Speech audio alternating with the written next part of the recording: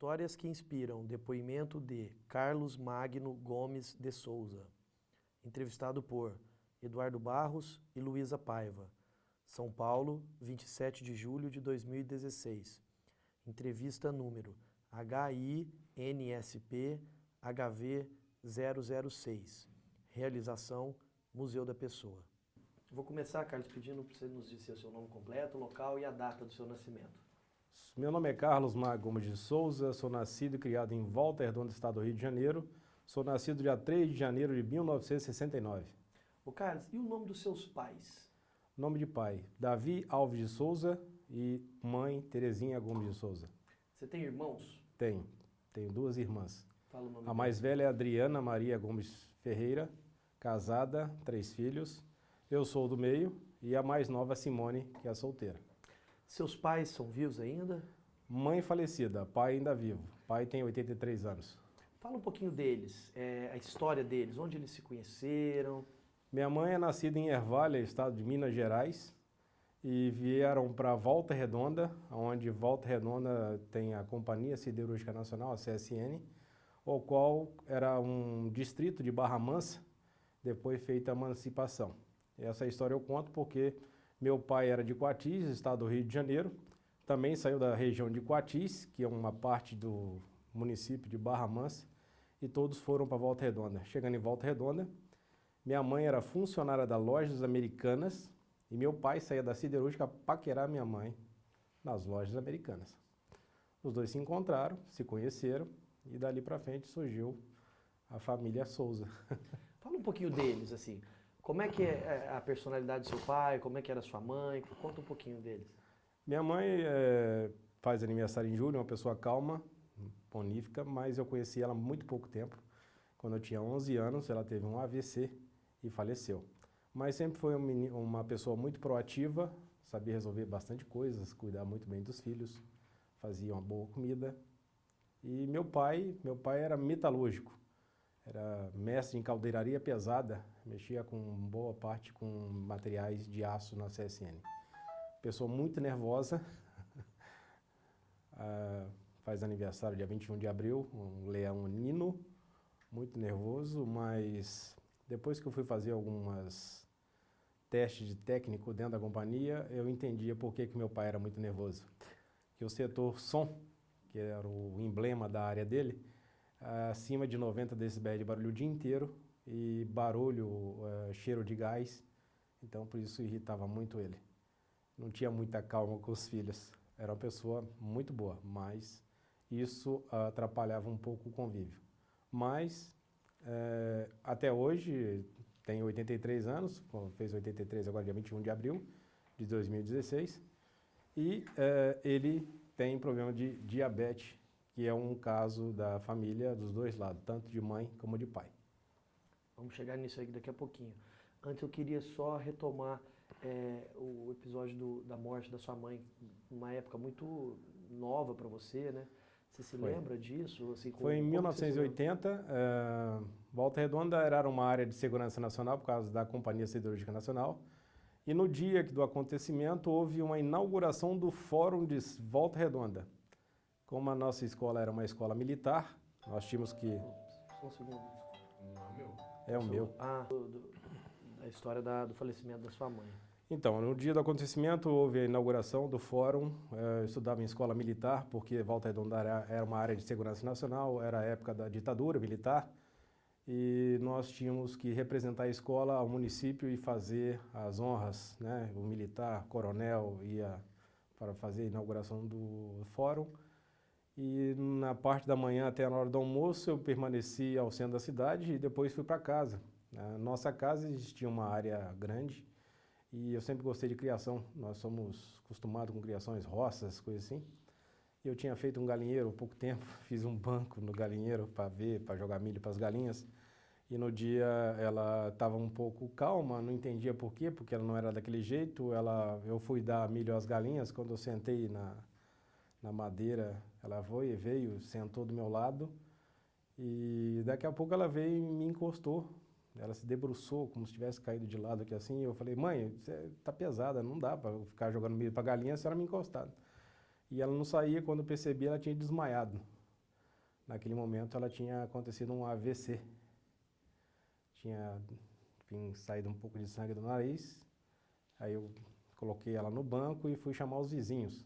Uma rua onde eu morava, eram as famílias antigas, né? Aí chamei o vizinho, eles pegaram, colocaram ela no carro e levaram para o hospital mais próximo, que era o Hospital São José.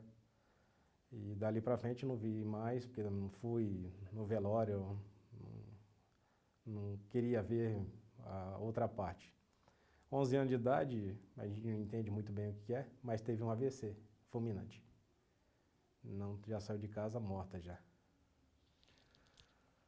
Eu vou te perguntar agora da sua infância. Depois de um episódio desse, tudo perde um pouco a importância, né? Mas antes da morte da sua mãe, como é que era a sua infância lá em Volta Redonda?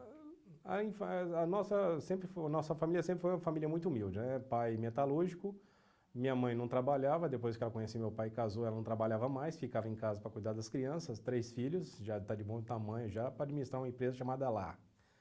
Então, eles se casaram, moraram um tempo na casa da minha avó. A casa da minha avó era um terreno grande que tinha mais 5 casas, uma das casas foi cedida para eles. E nesse trajeto, meu pai estava construindo a casa nova. E a casa nova foi quando nós mudamos para lá em 76. E até 80 foi legal, foi quando ela faleceu em 80. A infância nossa é uma infância normal de escorregar nos barrancos da vida, tomar banho de enxurrada de chuva, jogar bolinha, peão, pipa, coisas que hoje em dia você não vê mais fazer isso. Não tinha muita tecnologia naquela época. Você transformava um pedaço de pau em carrinhos, pegava as champinhas tinham uma rolha no meio, não sei se vocês lembram disso, mas eu lembro, se pegava as rolinhas, batia num pedaço de pau e transformava em carrinho, transformava em caminhão. A gente inventava as coisas que não tinha porque não tinha dinheiro para comprar. Mas foi uma infância bem regrada a imaginações e aos devaneios da vida. Com quem que você mais brincava? Você era próximo das suas irmãs? Seu Sim. pai era presente nesses momentos? Ou tinha algum amigo mais próximo? Sim, os meus pais sempre foram presentes e nesse trajeto até 1980 nós viajávamos muito para a roça. Tinha um irmão da minha mãe que tinha sítio, então nós sempre íamos para o sítio dele e lá ficava o final de semana. Quando não ia final de semana para o sítio, nós íamos para Angra dos Reis, onde eu trouxe a fotografia, e aproveitava porque Volta Redonda é muito próximo do Rio de Janeiro. E quando também tinha para o Rio de Janeiro também, porque tinha uma parte da família que permanecia na cidade do Rio de Janeiro. Os irmãos tinha, minhas irmãs, praticamente nós somos quase um colado no outro, não deu tempo, prazo muito grande, né, entre nós. Tinha uma boa convivência, tinha as brigas normais, que um irmão pega com o outro, e tem ciúmes da Coca-Cola de um, quer tomar a Coca-Cola do outro, coisas normais no período que eu vejo hoje meus filhos, é normal. Mas sempre foi muito boa a infância, eu não tenho questões de alguma coisa que possa falar assim, me atrapalhou. E essas viagens, seja para o Rio, para Angra ou para o sítio, tem alguma que tenha sido mais marcante para você? Tem essa que nós fizemos com 7 anos de idade para Angra dos Reis de trem. Foi a primeira vez que eu andei de trem. O trem saía de Volta Redonda, descia a serra de Angra dos Reis e chegava no centro de Angra dos Reis, que chama Praia das Gordas e a Praia do Jardim, era uma emendada na outra. Aquilo ali foi uma emoção danada, porque andar de trem, ver aquela paisagem, a serra, naquela época era magnífica. Então foi uma parte que me marcou bastante, tanto que eu trouxe a fotografia, nem sabia que vocês iam me perguntar isso, mas eu trouxe porque é uma coisa que me emociona até hoje. E no sítio? O que você aprontava no sítio? No sítio é tanto pegar cana para transformar em garapa, caldo de cana, como pegar milho, laranja e a fruta da época que tinha no momento. Tinha muita ameixa, goiaba, manga, caqui, tudo que era fruta da época. Se chegava no final de semana lá, tinha banana. Banana tinha vontade, o ano inteiro. Mas é sempre a questão de você entrar no mato, colher, trazer e comer a fruta sem nenhum agrotóxico, sem nada. Transformar as comidas, fogão a lenha, que tem um sabor magnífico. Isso é muito legal. Volta Redonda, como é que era a Volta Redonda nos anos 70? Período da ditadura, como você disse, uma área estratégica para o governo, como é que era? Volta Redonda, na época da ditadura, tinha mais ou menos 120 mil habitantes. Era uma referência da cidade do Rio de Janeiro, uma das cidades referentes naquela época, muito em ordem, porque os militares tomavam muito, assim, eram muito austeros, né, em relação à questão de responsabilidade, limpeza e o bem-estar da população. Não tenho que me falar nada da época dos militares lá. Lá não existia bagunça, existia uma segurança formidável. Como bom carioca, gostava de pular carnaval, matinê, e você poderia sair a hora que for na rua, que ninguém te incomodava em momento algum. Era uma ótima cidade de morar. A saúde funcionava, as escolas funcionavam assim magnificamente, dou graças a Deus ter estudado nas escolas militares de Volta Redonda, que o emblema lá era a FEBRE, Fundação Educacional de Volta Redonda, e ao qual você estudava, e na escola você tinha uma parte dos estudos que chamava Artes Industriais. Você tinha que entrar na oficina e se formar ou em marceneiro ou tapeceiro, ou ou eletricista. Eles ensinavam isso para você. Você já se formava no segundo grau, naquela época era o ensino básico, é diferente de hoje, mas você já saía com uma pré-formação da escola, já podendo ingressar numa profissão externa à escola. O que você queria ser quando você estudava lá na escola? Qual era o seu sonho de profissional para sua vida? Ser engenheiro. Queria ser engenheiro. Ser engenheiro. E o que era mais marcante para você nesse ambiente escolar? Um professor? Os professores era algo assim, vamos falar que 40% nós adorávamos, 60% nós queríamos matá-los. Cada um tem uma personalidade, é um jeito, uma maneira de descrever e ensinar a você. Depende de como você absorve isso. Tem pessoas que gostavam e outras repudiavam porque não gostavam do professor. Mas no intuito era que eles tinham que passar para a gente, era ensinar, e você tem que sair de lá sabendo o que ele estava dando a informação. Qual que é a recordação mais forte que você tem do período de escola? Professor Jair Guerra de Química. Aquilo era do terror.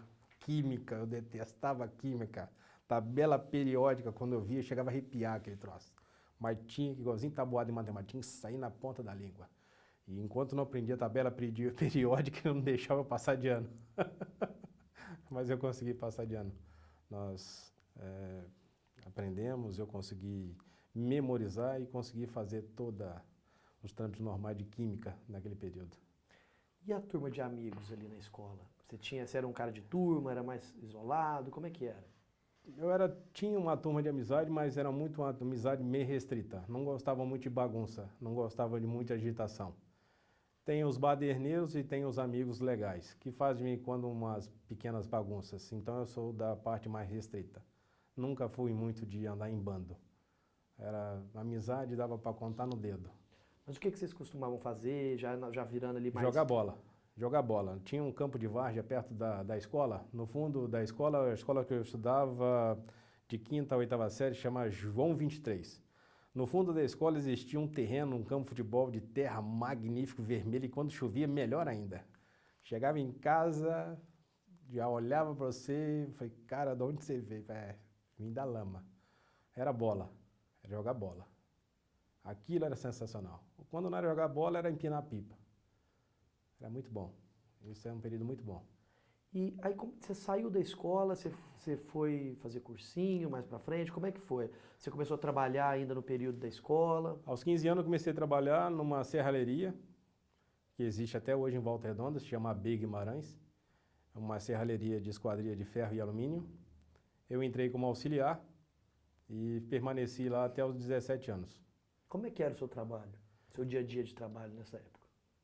Eu levantava às 6 horas da manhã, chegava na empresa às 6h30, eu ia de bicicleta, era muito próximo da minha casa, e trabalhava até às 5h30 da tarde, 5h30 da tarde pegava a bicicleta, 6h45 deveria estar entrando em casa, 6h55 tinha tomado banho, é tudo cronometrado, porque se falhasse um minuto, eu perdia o ônibus para voltar para a Fundação Getúlio Vargas, ao qual eu fiz o técnico de edificações, eu tinha que ir correndo para a escola. Então, chegava na escola às 7 horas, ia até às 11h30 da noite, Chegava em casa entre meia-noite e meia, 1h da manhã, dormia, levantava às 6h, e isso aí de segunda a sábado.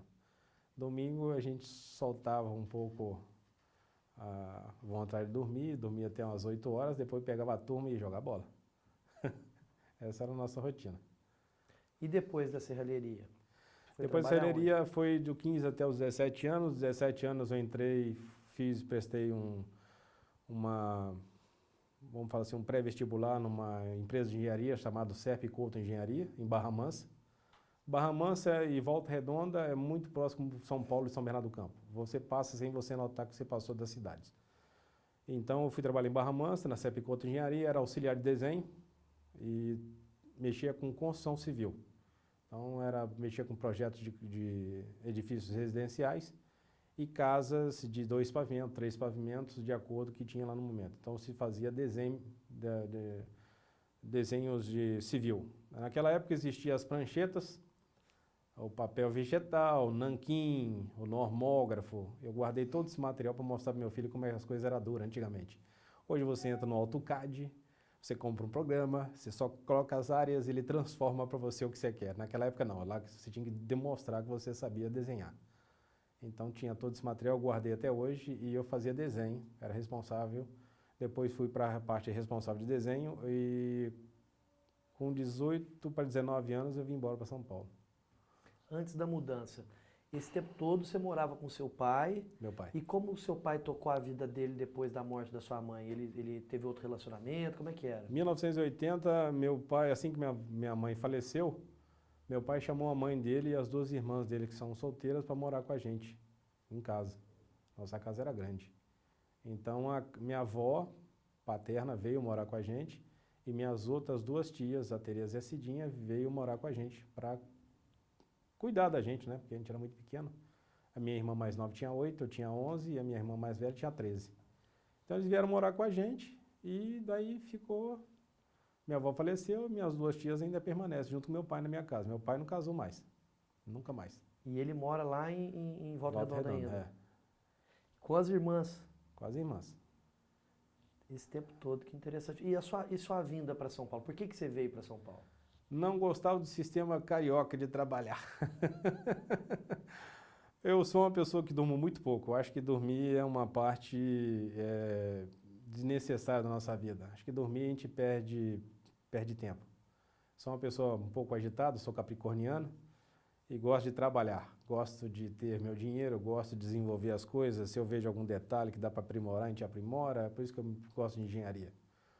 E esse jeito agitado me define porque os cariocas são um pouco mais lerdos, mais tranquilos, 8 horas, trabalhar muito tarde não precisa.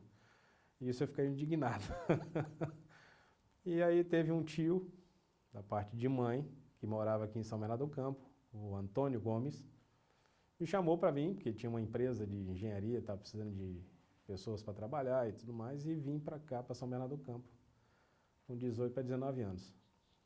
Fiz o teste novamente, passei, o nome da empresa era BWS Engenharia, passei e fiquei trabalhando com eles durante 2 anos aqui em São Bernardo do Campo.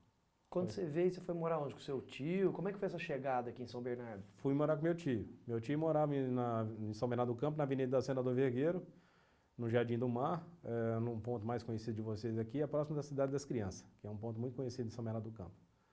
E ele tinha uma loja de eletrodoméstico, consertava eletrodoméstico, tudo que faz parte de eletrodoméstico e fazia manutenções de eletricidade. Então, durante a semana eu trabalhava na BWS Engenharia e de sábado e domingo eu trabalhava com ele fazendo manutenções em apartamentos, em lojas, comércios. Ou se não, consertava ferro elétrico, liquidificador, batedeira, que são as coisas que também me interessavam. Por que não funciona? Por que a catraca não é? Tem um rolamento. Então, aprendi bastante coisa com ele. E ele era o meu segundo pai aqui em São Paulo. Nós se dávamos muito bem. É interessante que na época de solteiro, ele e minha mãe se davam muito bem. Eu não sabia, depois que fiquei sabendo. Eles se davam muito bem com minha mãe. É um dos irmãos assim, que minha mãe tinha 14 irmãos. Então ele se dava muito bem com minha mãe. E depois, com o tempo que eu vim para São Paulo, aí eu fiquei sabendo, que me contaram a história que ele se dava muito bem com minha mãe e me dava muito bem comigo. E eu fazia esse bem bolado com ele final de semana ou finalzinho da tarde, quando eu chegava do escritório, tem uma manutenção na fábrica. Vamos, tô dentro. Gosto muito de trabalhar. E São Bernardo nos anos 80? Como é que foi essa mudança de Volta Redonda para cá? Foi um pouco difícil porque era muito frio. Carioca no gelo é meio complicado. Meio complicado. Eu lembro que na época, tinha o Jumbo Eletro. Ficava ali no Shopping Metrópole, em São Bernardo do Campo. Eu entrei no Jumbo Eletro e fui atrás de um aquecedor. Aí eu comprei um aquecedor elétrico lá, porque senão não dava para dormir. Colocava ele bem próximo da minha cama e até me acostumar. A pele se acostuma no ambiente que você quer morar. Isso eu aprendi na vida, porque o troço era feio. Usar gorro, usar cachecol, coisa que eu não gosto muito de roupa, mas tive que colocar porque senão você não trabalhava. A adaptação foi boa. Eu gostava da cidade, gosto da cidade até hoje, né? E São Bernardo do Campo tem um atrativo também que me chamou muito muita atenção, que é a represa Billings. Eu ia pescar muito lá, pegava tilápia lá, né? Isso me chamou muita atenção. Pescaria também é um dos meus hobbies. Isso me chamava a atenção no final de semana, quando tinha um gás, nós íamos pescar na represa e já pegava, já fritava por lá mesmo. Então tem esse atrativo. Gostei muito de São Bernardo do Campo. Você ia com seu tio? Meu tio e mais 2, 3 amigos que também frequentavam a loja ao qual ele tinha. A loja chamava Cheguei, Comércio e Material Elétrico. Cheguei mesmo, CH. Era interessante que todo mundo lembrava. Cheguei. E teve alguma pescaria mais curiosa que a outra, assim, alguma mais marcante? Teve. Em 1989, nós conseguimos uma tarrafa. E tinha um morador do Riacho Grande, seu Aníbal, que chamou, falou, seu Antônio, vem esse final de semana aqui que tá dando muita tilápia. Ele falou, cara, eu não vou perder minha viagem não. Não, pode vir, que da minha casa tem um pier que entra praticamente 20 metros dentro da lagoa, de um bico da represa, e vem pra cá que você vai comer peixe. Aí ele me telefonou, onde você tá? Eu falei, eu tô chegando do Guarujá, porque a empresa tinha uma obra no Guarujá, na Praia do Tombo, o edifício Orla. Eu estava terminando o edifício, ele, ó, sobe então que nós vamos ter uma pescaria hoje à noite. Mas hoje à noite, de tarrafa. Eu falei, então estou vendo. Então juntou eu, meu tio Antônio, seu Aníbal, o Marcelo, meu primo Fábio, meu primo Mário e mais o Eduardo. Fomos em 6. E jogava tarrafa e trazia peixe, Então cuidamos, um limpava, o outro já empanava o bicho e já comia por lá mesmo. Aquilo foi o dia. A noite estava maravilhosa, uma lua que estava refletindo na represa. E comemos peixe muito bem, ainda deu para levar para casa. Nessa época você era solteiro? Era solteiro. E você voltou a estudar para aqui ou você terminou lá e veio para cá? Voltei a estudar, me formei em engenharia na... Mas calma lá, como é que foi? Você voltou a estudar nessa época lá em São Bernardo? Como é que foi? Isso, em São Bernardo do Campo. Assim que eu cheguei em São Bernardo do Campo, naquela época não tinha muito acesso à universidade e faculdade, porque você tinha que pagar, a maior parte das faculdades eram pagas, né? Não tem essa facilidade hoje em dia. E aí eu fui fazer a faculdade Santa Cecília, que hoje é a Unisanta, né? Em Santos. E me formei em engenharia civil. Como é que foi esse período de faculdade? Como é que você foi como universitário, assim? Não muitos amigos, porque eu sempre fui restrito a esse universo de muita gente. Eu não bebo, nunca bebi na minha vida, nunca fumei na minha vida. E então eu era uma pessoa que não era muito social, porque social naquela época tinha que tomar uma cerveja. E eu não bebo porque meu pai tem problema de alcoolismo.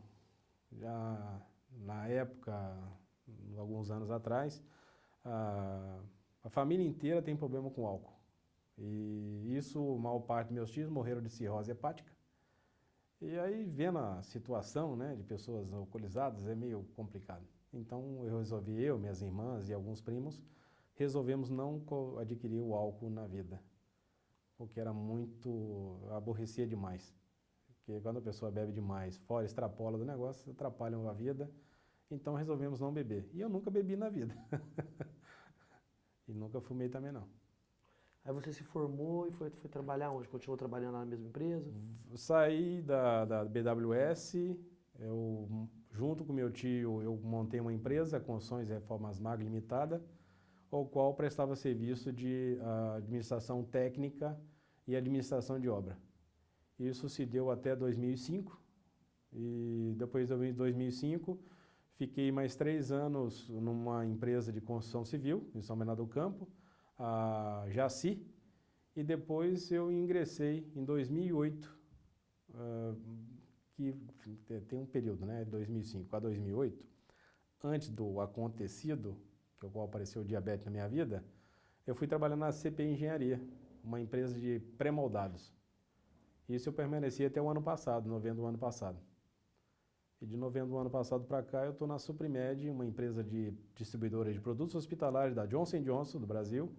E hoje nós estamos adquirindo também o produto da Covidien e a Meditronic. E eu sou o gerente de logística e distribuição dos produtos. E a empresa do meu tio, Nelson Pescara Filho. Só um pouquinho, agora você deu uma adiantada lá para frente, vamos voltar um pouquinho. É que tem que adiantar um pouquinho para a gente voltar para você entender. Aí você se formou, você trabalhava, e o seu relacionamento? Assim, você conheceu sua esposa quando? Conheci minha esposa em 92, construí na casa dela. Ah, eu não, quero saber como é que é essa história, conta pra mim. Eu trabalhava na BWS Engenharia, o qual meu sogro estava fechando um negócio com a BWS, comprou um terreno e ia construir a casa. O arquiteto, dono da empresa, um dos donos da empresa, que BWS significa Battistini, que é do Adalberto, o arquiteto, W, que era o Wellington, que é o calculista, e Mauro Espadafora, que era o outro calculista. E aí meu sogro conhecia eles e comprou um terreno e queria construir uma casa. E aí quando eles foram lá, ele foi se apresentar e tudo mais, e quando eu fiquei conhecendo o Cláudio, meu sogro. E aí que vamos começar a construção dele e você vai tocar a obra dele. Perfeito, foi quando eu conheci e começamos uma amizade. Da amizade, da construção, final de semana, vamos comer uma feijoada? Aí foi quando eu conheci minha esposa. Ele me apresentou a filha dele, a Patrícia. E daí pra frente, aquela olhar, você sabe que o magnetismo é esquisito, não tem como te falar isso, mas existe alguma coisa que atrai. E aí quando começou a dar certo, aí eu pedi namoro à filha dele. Falei, ó, quero namorar sua filha, você já me conhece, você sabe que eu não sou badeneiro, não, faço muito gosto. E daí comecei a namorar. E namoramos durante 4 anos, namoro e noivado, 4 anos, e casei em 1996, 21 de dezembro de 1996. E os filhos? Os filhos, o primeiro nasceu em 2001. Eu fiquei 4 anos para não ter filho, para a gente aproveitar, se conhecer, viajar. Depois de 4 anos, ela engravidou do meu primeiro filho, que é o Pedro. Hoje ele tem 15 anos. Depois de 1 ano, um pouquinho, veio a Sara. Eu não queria muito distância entre os dois. Veio a Sara em 2003 e a Rapa do Tacho veio agora em 2013. Passou um pouquinho. 10 anos só. E qual que é o nome do Lívia. A caçula. A caçula. E nesse período antes dos filhos, falou que queria aproveitar, viajar? Viajávamos muito. Eu aproveitava a praia, eu gostava... Os lugares que mais frequentava eram Angra dos Reis, Litoral Paulista, Litoral Norte Paulista. Viajava muito para Botucatu, o sítio que eu trouxe as fotos para ela.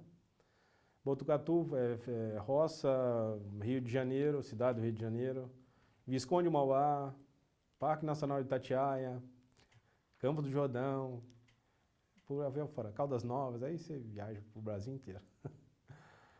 E você em 2008 foi quando... Em 2008 houve uma difusão, porque eu saí de uma empresa, fiquei um tempo parado e fui trabalhar na CPI. Mas antes de entrar na CPI, na saída da empresa ao qual eu trabalhava, eu me estressei com um funcionário. Fiquei muito nervoso. Uma coisa assim que nunca pensei que ia acontecer. O funcionário me desacatou e tudo mais, eu passei um nervoso danado. Depois do desacato, da desavença momentânea, demorou quase 1 hora dessa discussão e tudo mais. Passado uns 15 minutos, eu senti uma dor abdominal muito forte. Uma dor mais ou menos parecida quando você leva um soco na boca do estômago. Se fecha, você não consegue respirar e começa a envergar e eu caio no chão. Tive algumas fases de vômitos e aí desmaiei e me levaram para o hospital. Eu entrei em coma. Fiquei 48 horas em coma e quando eu acordei eu estava dentro do hospital. E o que foi isso? Isso foi uma pancreatite aguda, grave, E meus anticorpos combateu minha insulina como se fosse maligna, por causa do nervoso. E eu entendo hoje que diabetes tem tudo a ver com o seu emocional. Por mais que você controle a insulina, os remédios, se você altera de 1 minuto para 5 minutos qualquer coisa nervoso, o pico da diabetes passa de 300. Mas você teve essa crise, essa pancreatite decorrente do... Nervoso, mal-estar momento. Não era algo que você... Não. Antes, eu tinha um princípio de diabetes que era controlado por uma metformina de 300 mg. Tomava 300 mg e ficava por ali. Sempre era controlado dessa forma. Nunca nada diferente na minha vida. Nada. E aí você teve esse episódio aí do estresse com o funcionário. Como os funcionários me falaram, não te reconhecia. Você é um cara calmo, educado, um gentleman. Aquele dia tu era um leão, você queria matar o cara de qualquer jeito. Eu falei, eu queria. Se não me segurasse, eu ia pegar ele. E esse nervoso todo, depois eu senti uma dor muito forte abdominal, que não sei de onde veio. Aí eu caí no chão, vomitei e desmaiei. Fui para o hospital e do hospital, quando eu acordei de 48 horas em coma, da minha cintura para baixo não sentia nada, não se movia nada. E meus braços só conseguia levantar mais ou menos nessa altura, nada mais do que isso. Os músculos se transformaram em geleia. Você não conseguia fazer nada.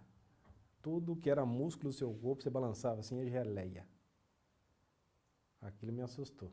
E os médicos falaram o que para você? Ficava na cabeceira da minha cama discutindo se ia ter um transplante de pâncreas, ou que se ia dar certo, combinações de medicamento. Eu me lembro que depois que eu acordei, cada 30 minutos vinha, picava meu dedo, batia raio-x e colhia a minha urina. Isso a cada 30 minutos, eu não dormia, estava estressado. Vendo o que estava acontecendo, eles mal falavam que era o procedimento, eles não falam. Ficava na cabeceira da cama, entre 3 médicos, discutindo qual ia ser a providência. Nisso eu fiquei 8 dias no UTI. Até que no 8º dia eles falaram, você teve uma pancreatite, aconteceu isso, você fez o tratamento, já melhorou, você vai para o quarto nós vamos acompanhar mais 8 dias, até você ficar apto a sair. Não vai ser necessário o transplante ou do pâncreas, tá ok? Mas não fabrica mais insulina e você vai tomar insulina e nós vamos passar uma relação de coisas que você pode comer e o que você tem que fazer. Se você obedecer o cardápio, só você vive. Se você não obedecer o cardápio, você morre. Você que escolhe. Perfeito. Só me dá quem segue a risca. Estou aqui vivo. Mas e aí?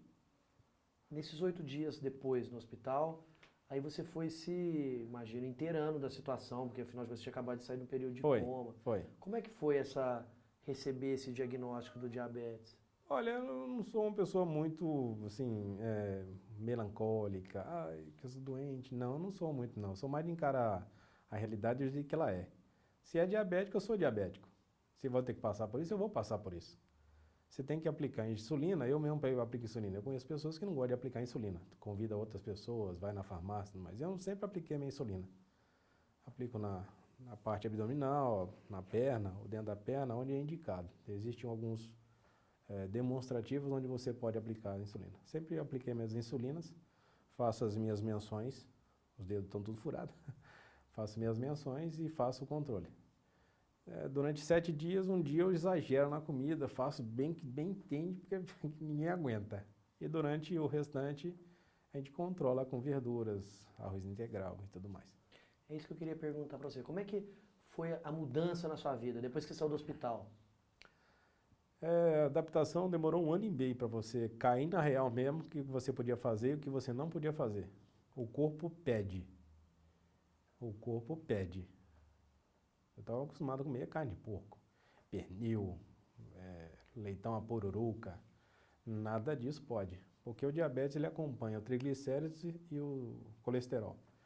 Tudo que desregula aqui, desregula. Então é um conjunto, é um grupo. Então, se um deles altera, é você que é o prejudicado. O triglicérides leva à morte, colesterol também te leva à morte. Então, o diabetes também te leva à morte. Então, se você controlar tudo, de vez em quando você consegue controlar e outras você não consegue controlar. E assim vem desde 2008 fazendo todos os acompanhamentos médicos, endócrinos. E O que foi mais difícil nesse primeiro momento de adaptação? a primeira adaptação foi a questão primeiro foi a alimentação. Segundo foi a questão de exercício físico. Em 2000 eu joguei bola e rebentei o meu cruzado anterior e posterior jogando futebol de salão. Um desembargador de São Bernardo do Campo me atropelou, me acabou com o meu joelho. E eu vejo que a falta de atividade do futebol, isso me atrapalhou um pouco. Porque eu era uma pessoa ativa, eu jogava bola terça, quinta e sábado. Terça, quinta e sábado. Quando eu parei, porque não podia mais jogar, porque eu tenho uma prótese na cabeça do fêmur e tenho parafuso de titânio por aqui fora tudo, se jogar bola eu perco a perna. Isso já foi avisado. Então isso é uma atividade física que me faz falta. Eu adoro futebol. Então quando cortou eu senti mais do que o diabetes. Mas só que o diabetes eu vejo que me prejudicou por falta dessa atividade física que eu tinha.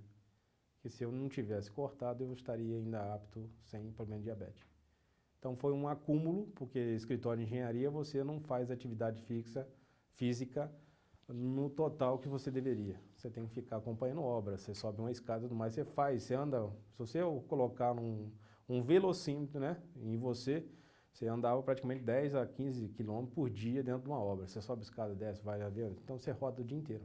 Mas tem o problema de você sentar, aquela vida sedentária que você fica, né, você se alimenta e de vez em quando não dá para você fazer as atividades. E isso te atrapalha. O diabético ele tem que tomar um medicamento e tem que fazer atividade física. Nem que se for 30 minutos, uma caminhada, alguma coisa, você queimar, ajudar a queimar. E isso já é provado, porque eu faço vários testes de vez em quando. Antes, depois da insulina, você faz as atividades, você relaciona a atividade física, é muito importante, não tem jeito.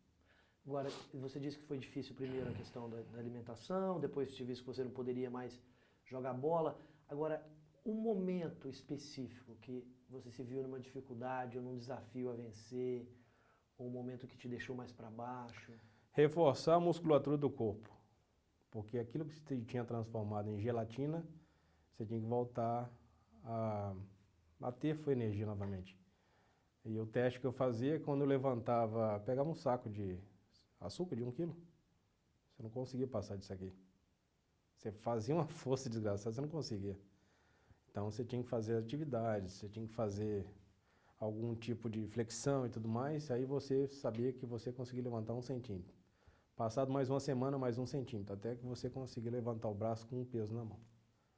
Isso aí foi a melhor fase que eu consegui, porque eu pensei que não ia conseguir. E sua família? Assustada. Quando a pessoa gosta de você, a família gosta de você. Você faz parte do grupo. Então a preocupação, e aí, como é que tá? Tá tomando diabetes? Como é que nós estamos? Você está controlando diabetes? Tá tomando insulina? Qualquer um que passa com você é como se fosse uma gravação. E aí, tá controlando diabetes? Tá tomando insulina? Tá tudo controlado. Todos. Não tinha um que não perguntava. E quando não ligava, né? De vez em quando até congestionava a telefonia lá em casa, porque todo mundo perguntava. Você falou das mudanças práticas na sua vida. Alimentação, Sim. atividade física. E a mudança de ver a vida, de pensar a vida, pensar o futuro. O que mudou? Com o acontecimento de 2008, eu já tinha 2 filhos. Você começa a ter primeiro um pouco de medo do que estava acontecendo e que poderia falar assim, puta, será que eu consigo passar, quer dizer, criá-los e passar para esse momento e fazer eles se formarem, acompanhar e tudo mais, você fica com interrogação. Isso é um pouco que você faz uma pergunta para si próprio. Graças a Deus que, como eu frequento uma igreja católica, qualquer uma, a minha é católica. Então você escuta coisas boas, aquilo dali te alimenta a alma e tudo mais, então é assim, você escutava de cima. Para mim é Deus que falava assim, é o seguinte, o que depende para você melhorar é você mesmo. É como se eu tivesse que eu te dou o caminho, mas você que vai ter que andar. É assim que eu entendo a vida. É você que faz, você que escreve, é você que desenha. Ninguém pode pegar sua mão e falar assim, eu vou desenhar, vou fazer por você. Isso não existe.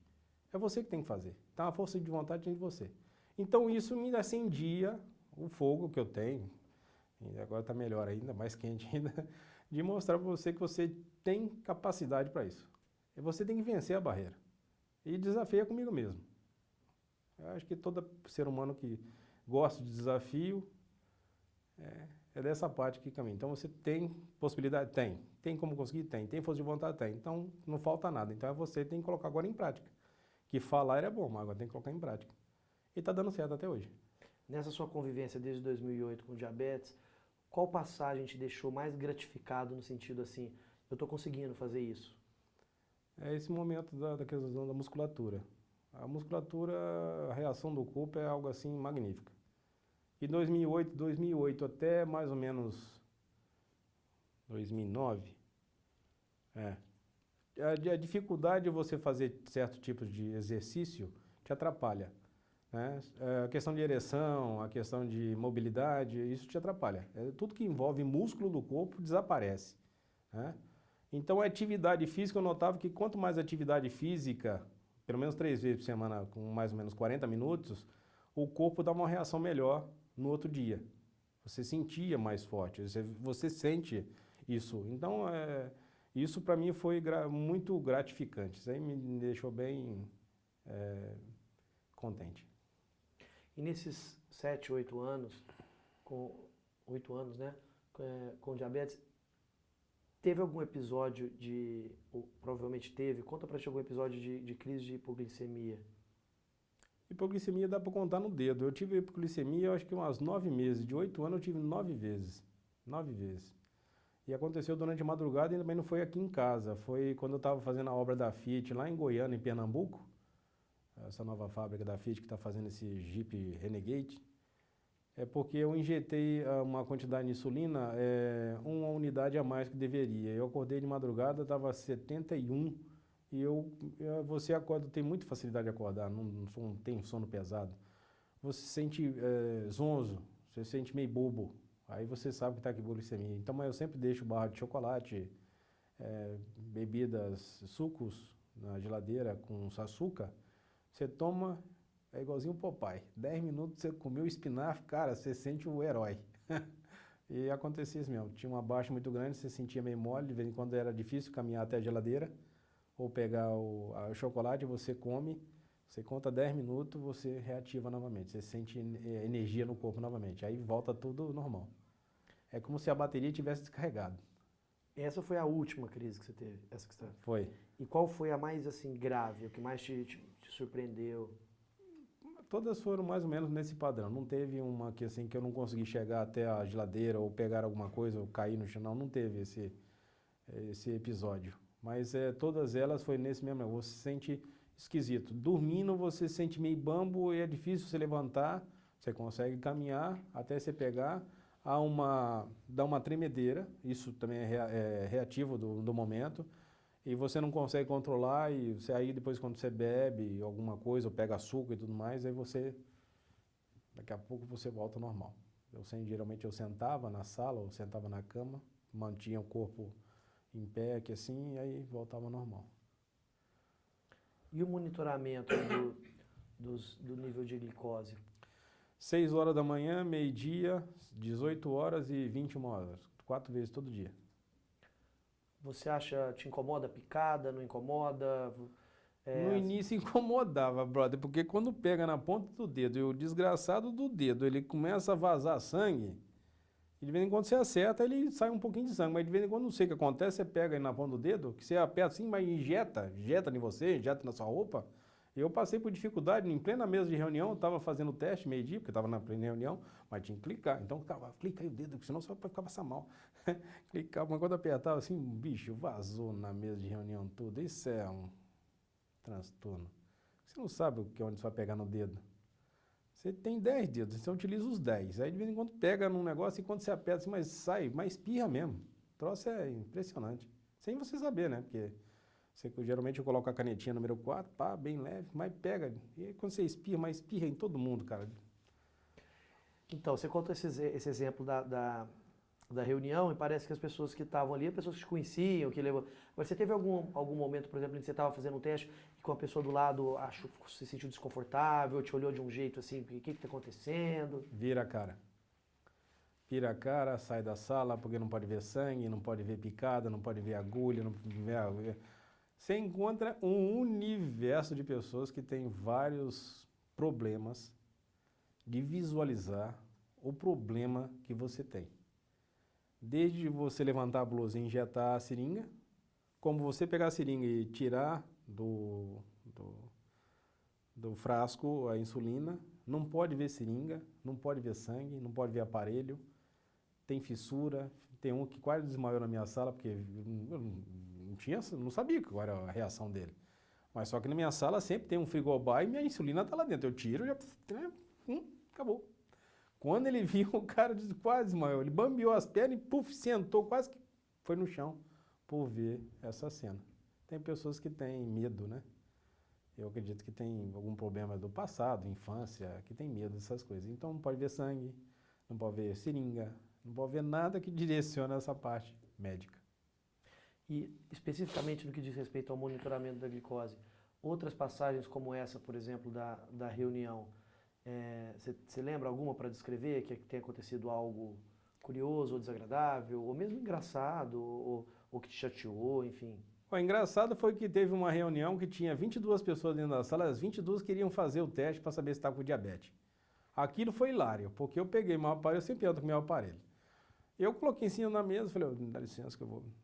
Aí todo mundo, o que você vai fazer? Medir diabetes. Putz, você pode medir a minha? Você pode medir a minha? Você pode medir a minha?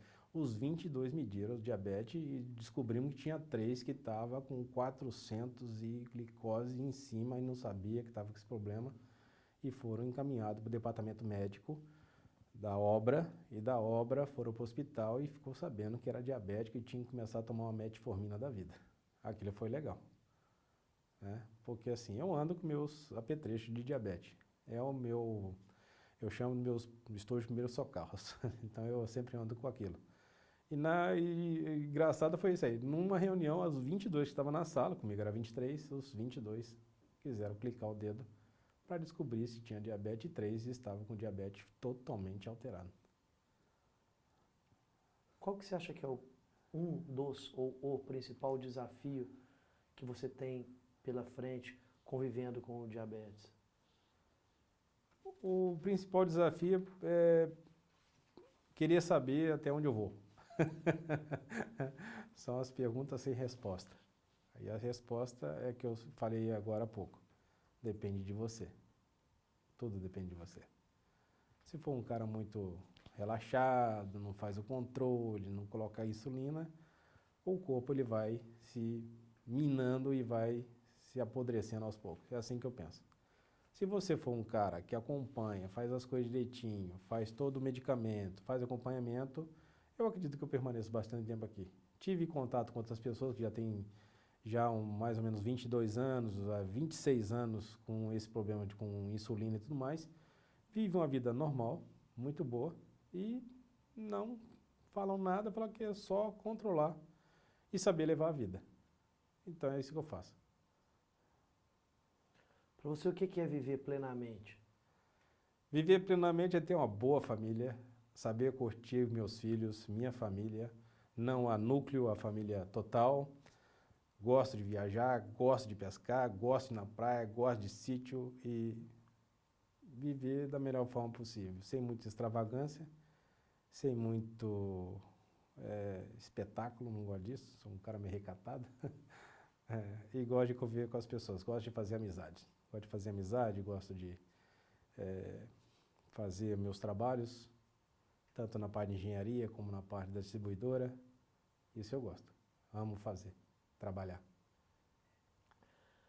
Qual que é seu sonho hoje? Ou os seus sonhos? Meu sonho é mais ou menos o que eu já descrevi, é ter essa vida que eu desenho e tento levá-la.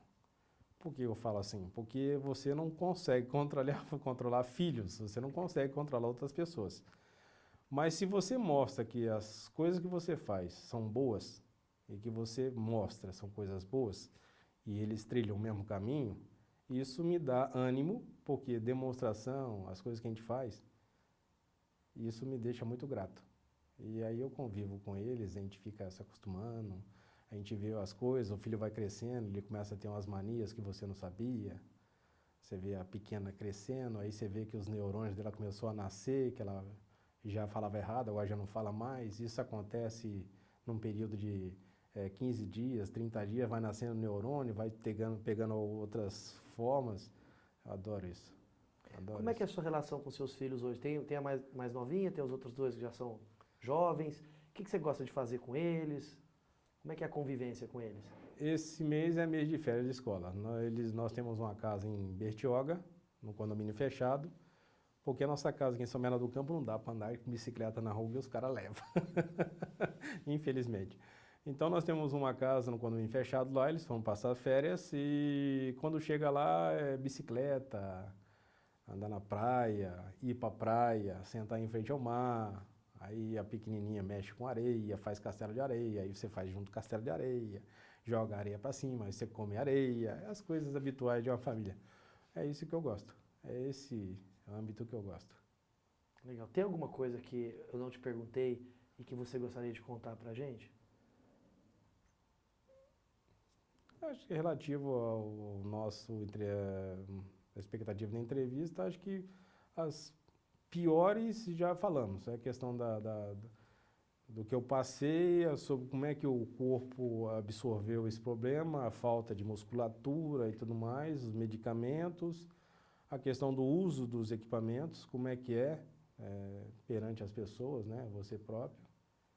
E a vida cotidiana. A minha vida não é muito assim diferente, mas é uma vida tranquila.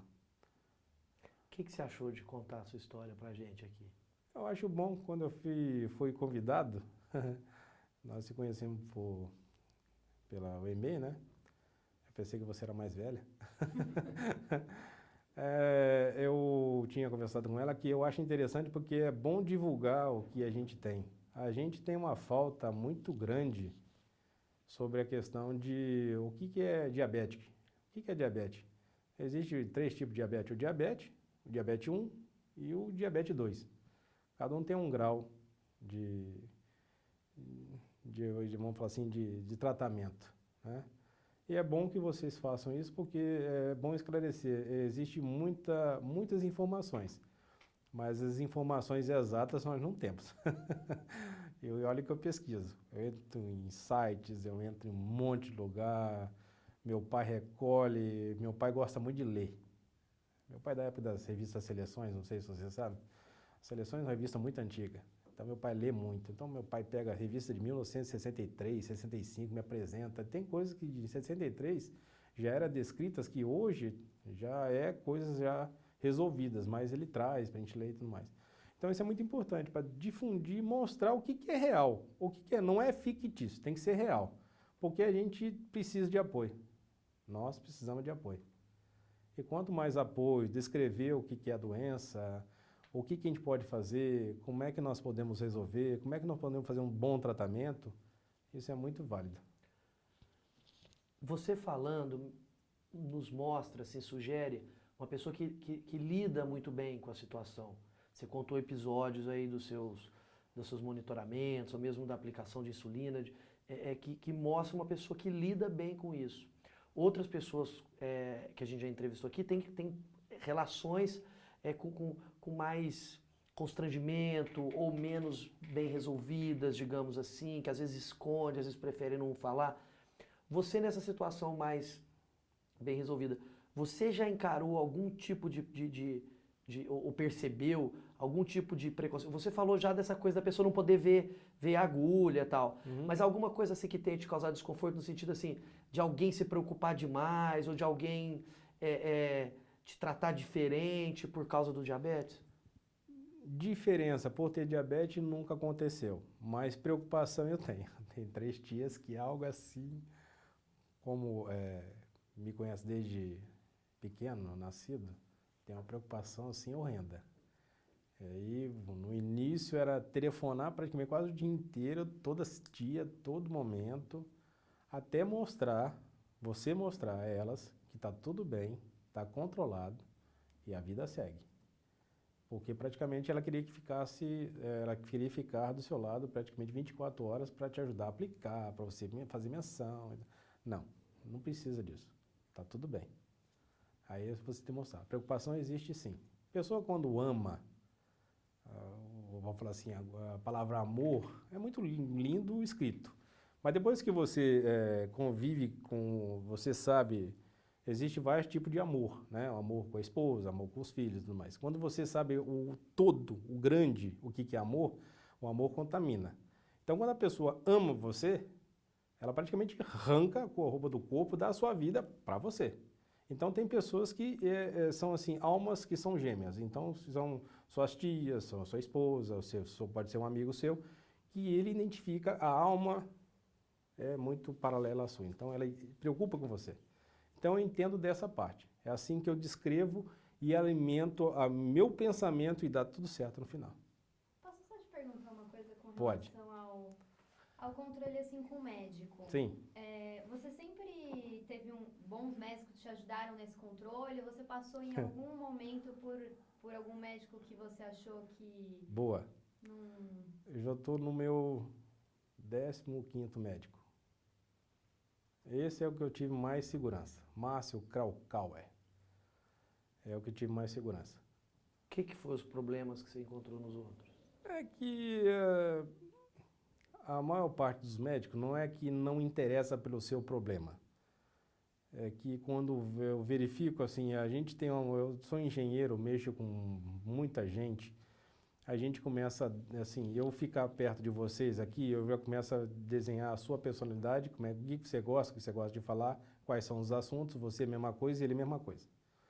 Eu tenho essa facilidade por estar 24 horas ligado. Como a gente não bebe, a gente não sai fora do ar, então a gente fica 24 horas ligado. Isso eu acho legal. Então, assim, a característica do médico é o seguinte, você faz os exames, ele pegava o exame, você tem problema de diabetes e tudo mais, mas alguns nem olhavam pra sua cara. Então você vai tomar tanto de insulina, você vai tomar isso aqui, muito obrigado, boa tarde, vai embora. Eu relaciono isso porque, lógico, o plano de saúde paga tão mal para eles não têm o interesse de mostrar o que é direito, o que é dever dele. É como engenharia. Se eu fazer engenharia, fizer um cálculo estrutural inadequado, quem é as pessoas que entrarem dentro aqui dessa sala, essa laje pode cair na cabeça de vocês. Então há um desrespeito. Quando a gente faz o juramento, em qualquer faculdade, você ser leal àquilo que você se formou. Se você se formou porque você estava apto a fazê-lo de acordo com as normas, com as leis ao qual você se formou. Noto que os médicos hoje em dia não dão muita importância a isso. Por quê? Ou por causa do recebimento, ou por causa do aborrecimento, eu não sei. Eu não posso entrar na cabeça, no mundo dele e adivinhar. Mas o que ele passa para mim é que ele está me maltratando. Porque a partir do momento que você passa uma coisa, você nem olhou pra minha cara, não fez muita coisa, não fez muita pergunta, nem nada, muito obrigado, volto nunca mais. Além dessa questão da desatenção, você, ao longo desses 14 médicos, afinal de contas são 14, teve algum problema do tipo de algum tratamento equivocado, de alguma orientação errada? Teve um em Recife. Como eu estava fazendo a obra em Pernambuco, eu tive que morar em Recife, então onde eu vou trabalhar, a empresa é obrigada a me dar um médico endócrino para tratar do meu problema. Eu só viajo nessa circunstância. E lá eu conheci o Armando Barroso. O cara me colocou uma quantidade de insulina lá que eu falei, cara, se eu tomar esse monte de insulina aqui, eu vou morrer de madrugada. Não, o senhor tem que tomar isso aqui, porque isso aqui, pelo teu histórico, pelo teu exame, tu tem que tomar isso aqui. Eu falei, cara, você tem certeza? Toma que tu vai gostar. Tô falando igualzinho ele, porque é desse jeito que ele falava. Toma que o senhor vai gostar. Primeira noite, foi o que eu te falei. Você saiu bambo da cama, quase que não chegou na geladeira para tomar nada, porque quase desmaiei. Porque estava todo completamente fora do errado. A gente também tem noção. A gente, depois com várias passagens em médico, a quantidade de insulina, você consegue se aprimorar no seu estado e o que você tem que fazer. Então eu voltei nele novamente e falei com ele, muito obrigado, mas só que o seu tratamento deu errado. Eu voltei para falar dessa forma porque eu senti no direito de dar uma resposta para ele. e mostrar para ele que ele estava errado. Depois voltei de Recife para cá, voltei para um médico indicado, e o último foi esse Márcio Kalkauer, que também foi uma indicação, e foi ele que para mim foi o mais perfeito, de tanto os pedidos dos exames, de todos os parâmetros, em cada detalhe. A primeira consulta foi quase 2 horas de consulta, de todas as perguntas possíveis e passíveis, acompanhamento do meu medidor de glicose e tudo. Então, para mim, é o que chegou nas condições. Como engenheiro, eu acho que é uma boa análise. Eu tenho uma última pergunta para te fazer. Você tem mais alguma? Você disse um pouco antes que já teve contato com outros diabéticos que já têm diabetes há 22, 26 anos. Sim. E que eles estão bem, etc. E você contando isso nos sugere o bem que essas pessoas, que a experiência de vida dessas pessoas trouxe para você. Você sabe onde você encontra essas pessoas? No supermercado.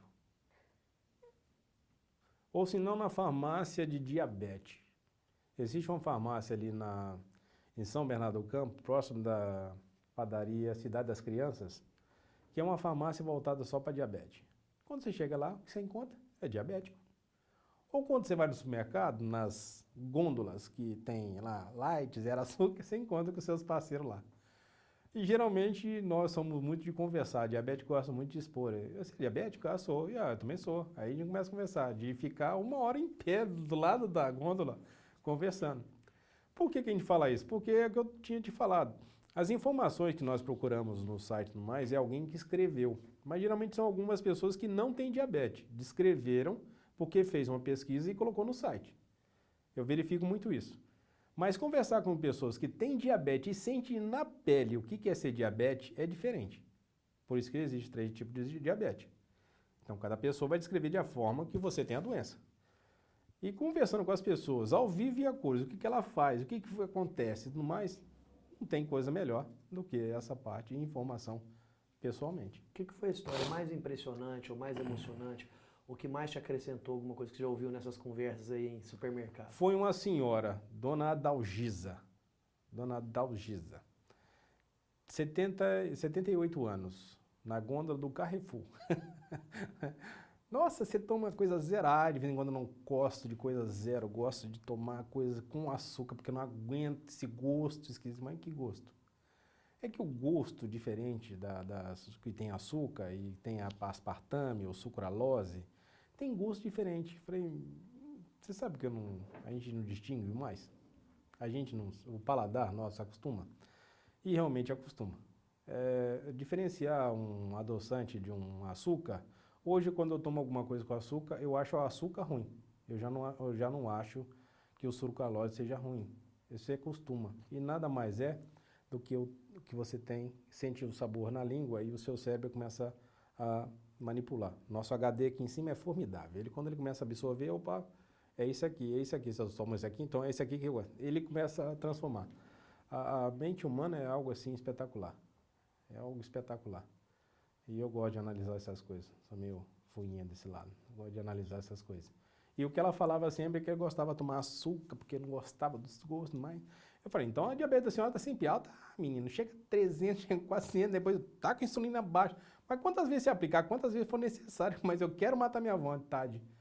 77 anos, 78 anos.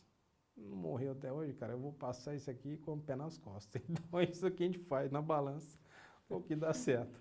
Agora, e o contrário? Uma experiência que você interagiu com alguém que era, digamos assim, mais novato nessa vida, ou que via em você aquele que tinha mais experiência? O novato, ele tem medo de morrer. O novato, você começa a conversar com ele, bicho, o que foi? É normal? Não tem ereção. É normal.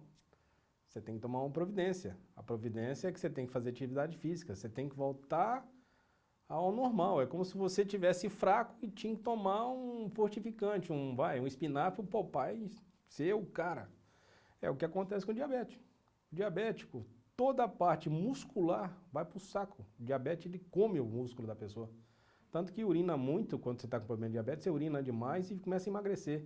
Porque a proteína do seu corpo não existe. Ele pega, descarrega tudo e sobrecarrega o rins e mija toda hora. O cara vai emagrecendo, até secar. Você perde a visão. Outra coisa que eu achei engraçado é que eu nunca perdi a visão. Vou no médico cada 3 meses, eu chego lá, o cara fala, você tá melhor do que eu.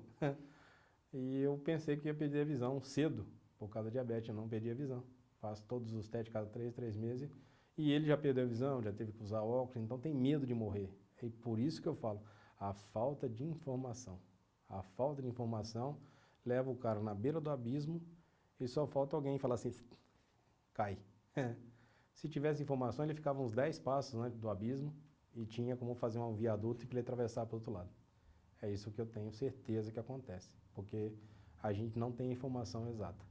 E não tem pessoas que esclareçam. Eu penso que assim, esclarecimento sobre diabetes, qualquer tipo de doença, me parece que vai custar uma fortuna, porque se o cara falar tudo, aí o cara, tipo assim, passa a informação e você não vai voltar mais aqui. Não, passa a informação que a gente vai virar brother, vou permanecer com você aqui. É a falta de informação. A maior parte da nossa vida se chama falta de comunicação. Alguma pergunta?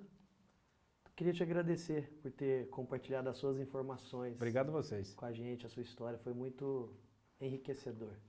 Obrigado a vocês. Que façam mais, tragam outras pessoas. Isso aqui é muito válido. A gente passa. A história descrita fica. Beleza? Obrigado, muito viu? Bom. Muito legal. Okay. Gravando?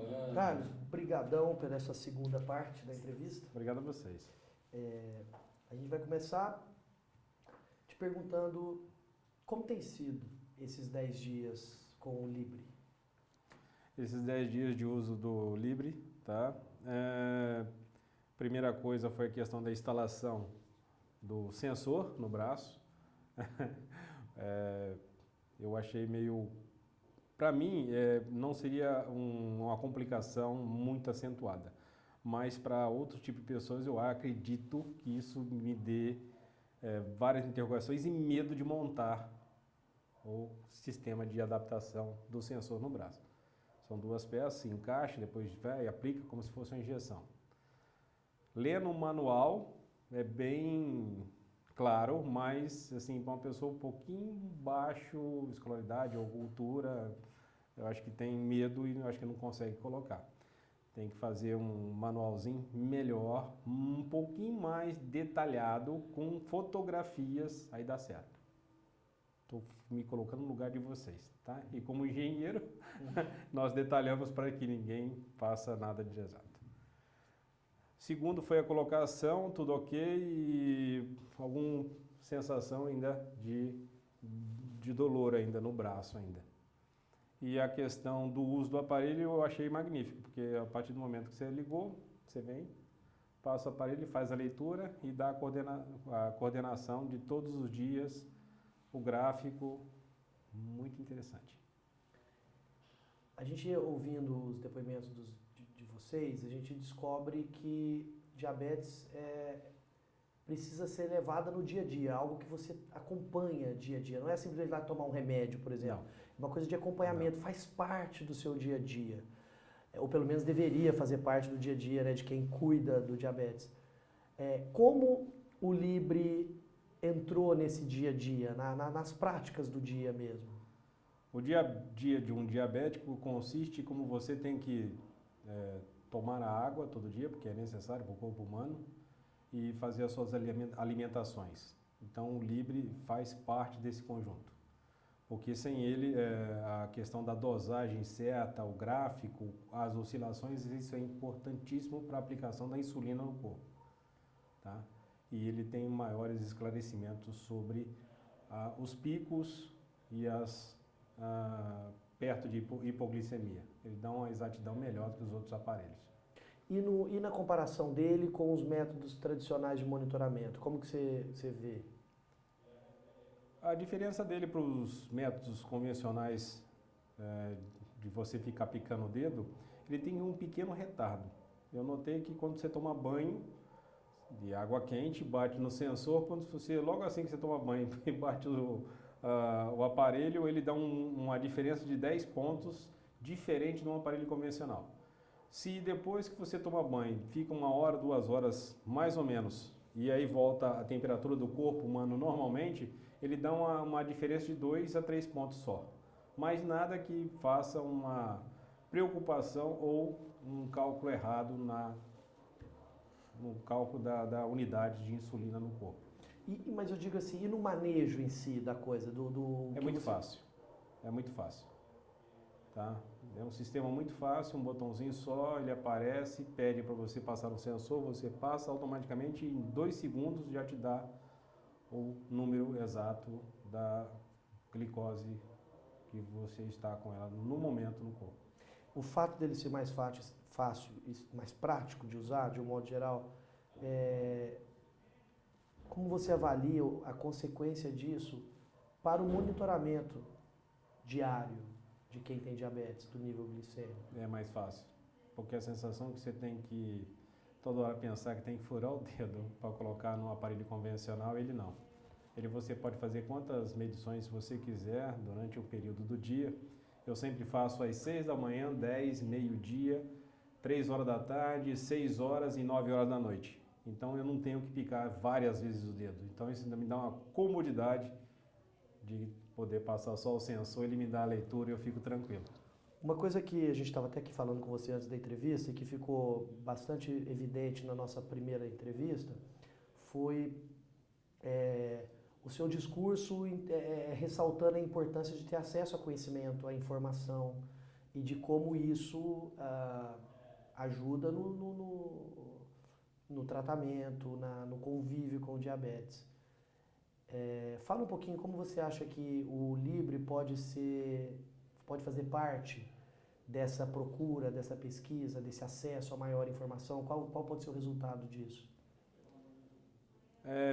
Já dito, né? Essa questão de ser um aparelho versátil, muito fácil de você trabalhar, você fazer as suas medições diárias, não ficar preocupando em pontuar os dedos e toda hora ficar sangrando qualquer coisa. É fácil o transporte, é um aparelho muito leve, não pode ser colocado no bolso, de vez em quando eu ando com no bolso, porque eu tenho que ir para reunião e tudo mais, isso também é um outro ponto. E como é que eu posso colocar essa parte que ele agrega na vida da gente? Se torna, como é que te diz?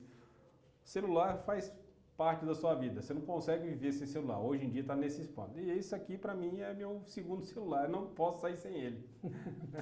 E vem cá, tem alguma, nesses 10 dias, teve algum episódio, algum momento que você foi fazer o monitoramento e que possa ser um exemplo para a gente de como, opa, foi diferente, se fosse no outro caso eu não teria feito assim, eu teria feito assado? Não teve para mim não teve um ponto, porque como eu sou meio pontual e com as minhas análises e monitoramento do meu diabetes, ele funciona perfeitamente, não houve nenhuma questão assim, falhou, você ligou, ele não fez a leitura, não. Ele dá exatidão? Dá uma pequena diferença nesses pontos quando você usa em banho, temperatura muito quente no corpo, eu acredito que a variação de temperatura que faz uma pequena alteração, só isso. De resto é perfeito. Você fez o monitoramento em alguma circunstância que geralmente você não faria antes? Por exemplo, a gente ouviu uma pessoa que a gente gravou semana passada, não, começo da semana, ela falando que ela, até no trânsito, ela sentiu, mas depois ela descobriu que não era uma crise de hipoglicemia, mas ela sentiu um desconforto, ela parou no sinal, foi lá e mediu. Eu não poderia ter feito isso se não fosse um aparelho desse tipo. Não, aconteceu sim, porque eu vou para reunião e dependente das reuniões, eu tenho um problema de hipertensão e fico nervoso. E quando tem parte de nervoso, o pico da diabetes vai lá na lua. Então eu já me preparo com os medicamentos que levo à parte, junto sempre comigo. E eu utilizo muito mais ele que os aparelhos convencionais. Porque os aparelhos convencionais tem que picar o dedo. E aí fica incômodo perto das pessoas. E tem pessoas que não pode ver sangue, não pode ver agulha. Ele não, você tira do bolso e passa, perfeito, colocou, você viu que não tá dentro. Se tiver uma variação, dê uns picos altos, você sabe que se você pegar a caneta da insulina, aplica sem problema nenhum, ninguém percebe nada, então se torna uma coisa bem íntima e bem fácil de você tratar e levar a vida cotidiana. A gente conversando do aparelho, dá para ver o seu lado engenheiro, total, assim, né? Você faz uma avaliação do aparelho, etc. Esse seu lado engenheiro, mas agora esquecendo o aparelho em si, o Sim. funcionamento do aparelho em si, mas as informações que esse aparelho te fornece, que são mais, você acha que são mais numerosas ou mais específicas? Elas vão mudar a sua forma de avaliar seu próprio diabetes? Como você vê isso? Faz uma diferença por causa do gráfico. Os outros aparelhos não fazem o gráfico. Os outros aparelhos só demonstram o horário e a quantidade de glicose do sangue no momento. E você tem que ficar fazendo variações de baixo para cima, de cima para baixo e pegando só numerações. Esse aparelho não. O Libre já me mostra o gráfico, quando deu pico, quando deu um pouco hipo, e ele me dá uma estabilidade. Então você pode já procurar estabilizar pelo gráfico mostrado no próprio aparelho. Isso ajuda muito a nós que tem diabetes, a questão de controle. Isso ajuda bastante. Com tudo isso que a gente falou do Libre, você imagina que ele possa, o uso contínuo do aparelho desse tipo, possa contribuir para o seu dia a dia no que diz respeito à qualidade de vida, por ser mais prático? Sim, para mim é um ótimo aparelho e principalmente nessa parte. Ficar picando o dedo, para quem pica o dedo todo dia, isso não é muito bom. E com ele é muito mais versátil, muito mais fácil e até fica gratificante. A gente fala, vou passar o aparelhinho, passa o aparelhinho, ok, te deu a medição, te dá o gráfico e não tem que ficar com essa brincadeira toda hora de ficar picando o dedo para tirar sangue e ficar fazendo o controle da diabetes. Ele ajuda a construir aquele viaduto que você falou para atravessar o... Exatamente. Quer fazer alguma pergunta mesmo? Tem mais alguma questão que você queria falar? Inclusive coisas que você acha que pode melhorar? Você já comentou algumas questões ou outras coisas que você acha que pode ser algo a ser incrementado, melhorado no produto? Por enquanto, esses 10 dias de utilização, ainda estou na pesquisa ainda. Pode ser que daqui para frente pode surgir mais algumas coisinhas e aí a gente pode fazer uma narrativa sobre o assunto. Obrigadão, Carlos. Foi um prazer. Prazer é meu. Agora a gente só vai fazer um take, se você puder tirar ele da caixa ou do